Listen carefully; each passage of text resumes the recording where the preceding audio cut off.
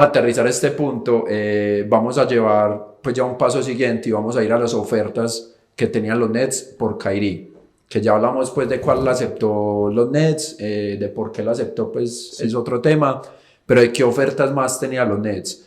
Los Nets tenían ofertas de los Suns, como lo dijo ahorita Tomás, de los Clippers, de los Lakers y de Dallas, que fueron las que terminaron aceptando. Pérez ahí tiene las ofertas Sí, claro, que hicieron. Lo primero para destacar, tengamos en cuenta que todos estos son equipos de la conferencia oeste. Sí. Al parecer también hubo ofertas de Miami, pero las que se consideraron en Fueron de otra estos conferencia. 4 equipos de la conferencia oeste.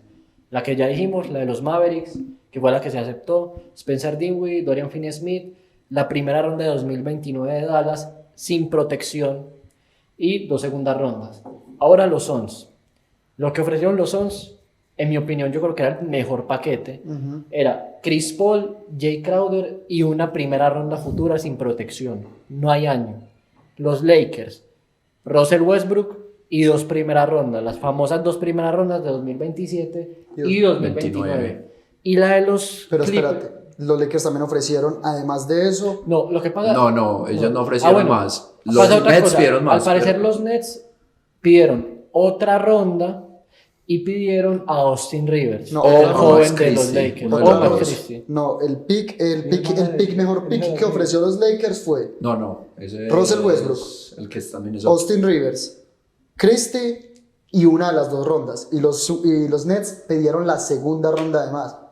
Y ellos dijeron, no, hasta allá no llego. Pues yo tengo la información de Athletic, que a mí me parece un medio muy confiable. Eso fue lo que vi, fue la mejor ronda que le mandaron. Que Bueno. Vera tiene el número de Pelinka ahí que le mandó el ofrecimiento como tal. Athletic, te seguimos, páganos patrocinio. Athletic, Y la de Clippers. Yo no sé, pero una de las cosas que yo digo es que Chris Paul con Luka Doncic hubiera Ya sido... vamos a hablar de eso, ya Y vamos a hablar de eso. La cuarta oferta, que fue la de Clippers, fue Luke Kennard, Terrence Mann, una futura ronda sin protección y 2 pick swaps de primera ronda, que eso da 3 primeras rondas.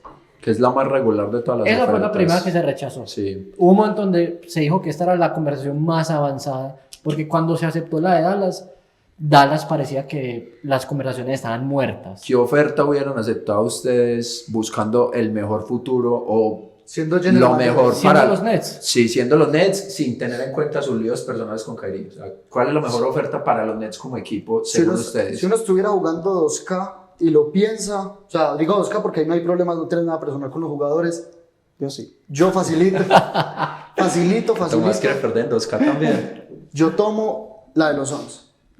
Porque para vos llevar a Kevin Durant, el objetivo de los Nets tiene que ser llevar a Kevin Durant a un anillo. Y si el objetivo tuyo es llevar a Kevin Durant a un anillo, lo primero que tienes que hacer es ponerle una segunda espada que sea segunda espada de anillo. No es una segunda espada de playoffs, es una segunda espada de anillo. Y yo creo que si alguien que puede hacer ese rol es Chris Paul. Además, estás perdiendo un base y recibes un base además de mucha más jerarquía y de mucha más estabilidad. Porque listo, Chris Paul tiene los años y lo que sea, pero Chris Paul no tiene problemas en el vestuario. Sí, Es señor, estable, es un es señor, estable. es un Nunca señor. ha tenido inconvenientes en vestuarios, ni con equipos, ni con franquicias. Y si además estás hablando de que los Nets tienen muchos jugadores buenos, que tienen jugadores jóvenes, ese sí es un jugador que les puede sacar el potencial. Porque lo vimos en las finales que llegaron los Suns, en todo ese camino de playoffs. A Ayton, Chris Paul fue el que lo llevó a sacar ese máximo potencial, porque le hablaba, lo motivaba. Entonces, si ahorita sus jugadores están así, con simplemente una dinámica buena, digo simplemente pues porque, pero es difícil conseguir. Imagínate donde a esa dinámica buena le sumes un líder de vestuario, que Kevin Durant no es ese líder de vestuario. Entonces con miras al anillo, hubiera pensado sin pensarlo, hubiera tomado la decisión de sin pensarlo, Suns. Yo puedo entender, poniéndome un poco en el caso de Nets, como intentando entender por qué no quisieron irse con Chris Paul. Porque hay que recordar una cosa, es que Kevin Durant aún tiene 4 años de contrato. Kevin Durant aún está amarrado a ese contrato. Y si lo quieren traspasar, ya vimos, es prácticamente Imposible. intraspasable. Y Kevin Durant es de los jugadores que, bueno, no resolvió su situación, quiere seguir jugando y quiere seguir compitiendo. Chris Paul es un jugador que te puede aportar inmediatamente, pero no te va a durar mucho más tiempo. Recordemos la edad que tiene Chris Paul y el contrato también tan alto que tiene. Jay Crowder no ha jugado en toda la temporada. Ese también es inestable. Y el pick que le ofrecieron no hay año. O sea, podría ser perfectamente el de la próxima temporada, el de 2024, 2025. 2500. Ajá, Sí, y pues tranquilamente. no te da ninguna garantía de nada. El de Dallas es de 2029. Eso es cuando llegue el hijo de pasa Tomás a la NBA? ¿Qué pasa con que sea con un pick tan lejano? Es que hay completa incertidumbre. Dallas Lucas se podría haber ido perfectamente de Dallas para ese momento. O sea, dar un pick tan lejano fue lo que le pasó a Brooklyn en su momento cuando fue por Kevin Garnett y Paul Pierce. Dio picks muy lejanos y resulta que en ese momento estaban como la mierda, y esos picks, que creo que los dos fueron pick número 3, Sí. pues le quedaron a Celtics. Y ahora todo el proyecto lo arman alrededor de esos dos picks. Entonces siento que se quisieron ir para algo más seguro. Dinwiddie es un jugador que ya conoce a los Nets, ya ha jugado ahí, ya ha liderado la franquicia por momentos. Es un base que da un rendimiento estable. En este momento en lo que sufre también los Nets es en defensa perimetral. Con Claxton ya tiene una defensa interior muy fuerte. Y Dorian Finney-Smith es un complemento perfecto para eso. ¿Qué dice Tomás? ¿Cuál era la mejor Para opción, mí, profesor? para mí la mejor opción era, yo siendo presidente de los Nets, hay que entender también que es un tema muy complicado. Tengo que tratar de recuperar la mayor cantidad de dinero que me produjo este jugador, porque al final ten presente que los jugadores en sí no piensan tanto, los directivos de los equipos no piensan tanto en el esquema de la cancha de 15x28, sino en el dinero que voy a traer, cómo puedo recuperarlo, sea a corto y a largo plazo. Para mí sería Phoenix Suns pensando desde el punto del baloncesto. Pensando desde el punto del baloncesto. Ellos le dieron proyección a Dinwiddie, pienso yo, pero si yo voy a Phoenix, yo puedo asegurar, tratar de ir por el anillo en 2 años. Estamos hablando de que tengo una oportunidad de 2 años. Chris Paul después de 2 años, no sé qué va a pasar. Chris Paul tiene 40 años. 38, 38 Tiene creo. casi no, debe tener uno menos que LeBron. A él lo draftearon antes que LeBron, pero son Sí, de la misma edad. tiene más o menos. 37 años. 37. Y cumple 38 este año. Este año cumple, o sea, va a llegar 2 años más, 40, que seguramente los va a jugar esos 2 años más. No sé cuándo se le acaba el contrato a él, en 2 años. 2 años. Le queda esta temporada. Eso, no creo que él renueve contrato. También no sería un mal negocio. O sea, será muy mal negocio para todo el mundo, por muy bueno que sea.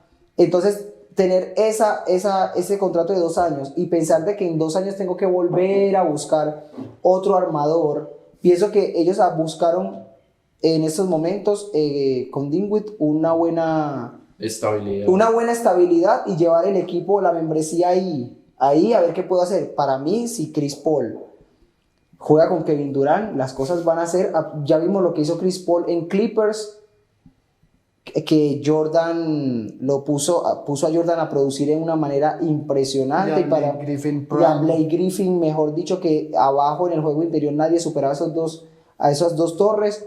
Pero sí, yo sigo pensando, yo lo veo desde el punto administrativo, lo veo desde el punto netamente deportivo, y pienso que Phoenix Suns hubiera sido la mejor opción. No, yo estoy de acuerdo con Pérez. Creo que el tema Suns es trampa. Se ve muy bonita la propuesta cuando te dicen a vos CP3, pero CP3 es un jugador de una edad muy avanzada que esta temporada no está rindiendo como se esperaba. Y también con el tema de la ronda que les daban, que no se sabía si era para el otro año o para dentro de 29.000 años. Entonces creo que la oferta de los Suns tenía esa trampita. Se ve muy atractivo por el tema de sí, es que no, te imaginas, CP3 y Durant, eso es competir por un anillo seguro, pero no sé qué tan allá estén con el tema de Chris Paul actualmente. Reyes, ¿qué piensas? En ambas cuestiones, para mí, el mejor caso era el de Dallas. Primero porque son piezas que en este momento puedes mover. Si en este momento los Nets deciden mover el mercado, lo que más te va a servir es, primero, el pick de 2029. Segundo, un contrato como el de Dinwiddie, que a muchos equipos de la liga le interesan. Entonces es mucho más fácil mover a Dinwiddie en este momento que mover a Chris Paul. Dorian Finney-Smith ni se hable. Y en cuestiones de baloncesto, que es lo que habla Tomás, a ver, Chris Paul es un jugador muy bueno. Seguramente si vamos a unos playoffs y me dan a elegir o Chris Paul o Dinwiddie, no sé si por mucho, pero quizás elegiría a Chris Paul. Pero Dinwiddie es ese jugador que le puede aportar a los Nets lo que le daba Kyrie, que eran los puntos extras, porque es que Kyrie ni siquiera aportaba 9, 10, 15 asistencias, que es lo que podría aportar Chris Paul. Kyrie lo que aportaban era puntos, 35 puntos en partidos, 40, 42, estaba promediando creo que 27, 26. 27. Entonces, el que puede hacer eso, que es lo que se fue de los Nets, es Dinwiddie, porque a los Nets no les hace falta, pues quizás sí, asistencias, pero eso lo tienen más cubierto en juego de ISO con Durant, en juegos de pick and roll con Claxton, en asistencias que puede aportar Simmons en la pintura. O sea, ese juego estaba cubierto entre comillas, pero en baloncesto como tal, también me hubiera ido con la opción de Dallas. Bueno, todo iba muy bien hasta que mencionaste a Simmons, pero vamos ahí. Yo les hago entonces una pregunta. Color rojo, tristeza. Ustedes, ay, sí, tocamos a Simmons. Ustedes, ¿quién creen que es mejor segunda espada? Porque están hablando de que básicamente el traspaso de Irving era perder a la segunda espada y tenés que traer una segunda espada. En eso se resumía. Entonces priorizaban, no, es mejor pensar ya o pensar a futuro. Serie de playoffs, ¿ustedes a quién prefieren como segunda espada de Kevin Durant? Playoff. Porque Playoff. es que el objetivo de los Nets no es el primero en temporada regular, es ir por un anillo. En eso todos estamos de acuerdo, ¿cierto? Sí. ¿A quién prefieren? Chris Paul. Yo a Chris Paul. Chris Paul. Pero creo que es Pero una es pregunta minimizarlo muy mucho, reduccionista. sí, es minimizar la situación hablando mucho. A 2 meses, a una final de Pero es que a es minimizar la temporada. situación mucho, porque es que, por ejemplo, ahora mismo los Nets tienen una pieza muy importante para hacer otro movimiento, que es esa ronda de 2029, que es una ronda llamativa para muchos equipos. Así, Y bueno, no es- solo eso, que también tienen a Dorian Finney-Smith, que es un jugador que aporta muchísimo en defensa. Esto me da paso a Ok. hablar de el rumor que salió también, y es lo que decís de el movimiento de esa ronda. Salió la información de que lo que están buscando los Brooklyn Nets es mover a Dinwiddie, quién sabe si esa ronda, pero alguna ronda del draft, por Van Vliet, el base de Toronto, que es otro jugador que está en el mercado y la temporada pasada fue All-Star.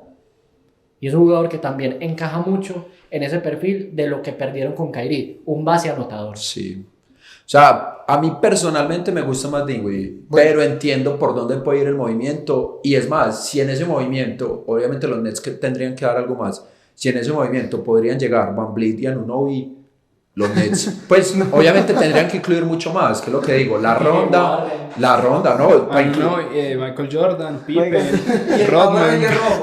Y el Power Ranger rojo. Llegan las tortugas ninjas, el Pokémon. Pero es que en cuestión de activos, los Nets tienen con qué. Ah, bueno. En cuestión de contratos y de activos, se podría dar. Vamos, vamos a empezar. Ben Simmons, valor, 0. Seguimos. Yo quiero ampliar esto solo por el chiste. Salió una noticia que el valor para los directivos de la NBA, el entorno de la NBA, es 0. En este momento vencimos, es un estorbo.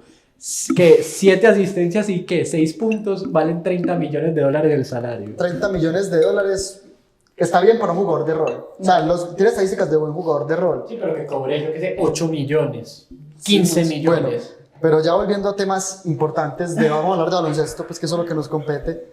También rumor de Dinwiddie. Terminamos de hablar de Simmons. Rumor de Dinwiddie. Estaba el rumor de Van Vliet, pero además se dijo que si Dinwiddie estaba en el mercado, estaba abierto la posibilidad de moverlo, los Clippers estarían dispuestos a ir por él. Y ojo que los Clippers podían recibir un par de jugadores de rol que tal vez ahora, que creo yo, que igual no necesitas jugadores de rol. Para ganar un anillo no necesitas un jugador bueno y jugadores de rol, necesitas mínimo 2 jugadores, 2 superestrellas.